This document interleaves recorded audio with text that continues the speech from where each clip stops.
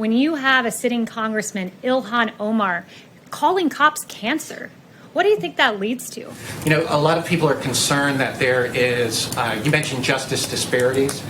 There's a lot of concern of some Americans that police officers treat black individuals and people of color differently than white individuals. Does the president share those specific concerns? Here's what he's concerned about. He's concerned about what and I've told you he's addressed injustices with Sandra Bland and George Floyd and has repeatedly acknowledged that. But here is, in addition to that, his concern, put very well by New York's Police Benevolent Association President Mike O'Meara. Our legislators are failing us. Our press is vilifying us. He's saying us as police officers, stop treating us like animals and thugs. We've been vilified, and it's disgusting. When you have a sitting Congressman, Ilhan Omar, calling cops cancer, what do you think that leads to?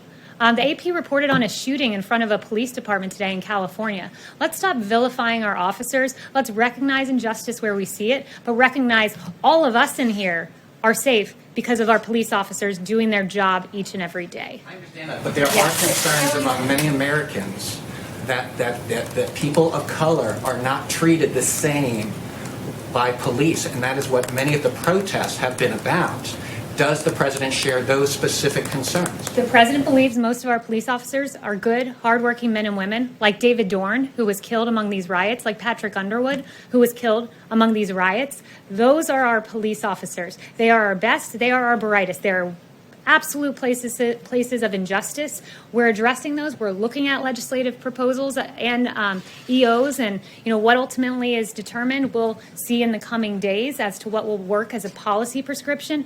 But stop vilifying our officers, because they deserve better than that. They're out there. They're working hard. 750 injured just in the last week and a half, and we need to recognize that. Yes. The special agents I work with and remain friends with to this day in the Secret Service joined members of the NYPD and New York City Fire Department on that tragic day of September 11, 2001. You know what they did? They sprinted into those burning buildings and personally escorted people out.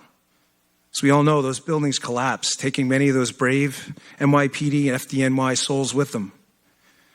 Those brave souls were running into the buildings. Everyone else was evacuating. These are the types of people I was honored and deeply privileged to work with. Public safety came first.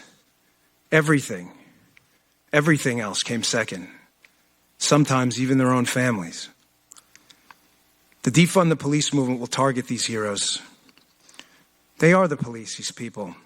It's not some amorphous mass that will be affected. It's real heroes in real time, right now.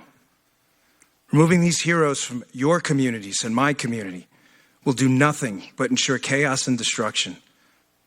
Police officers are the front lines, putting themselves between the evildoers among us and the honest, hardworking Americans, just yearning for some security and prosperity in a small slice of Americana.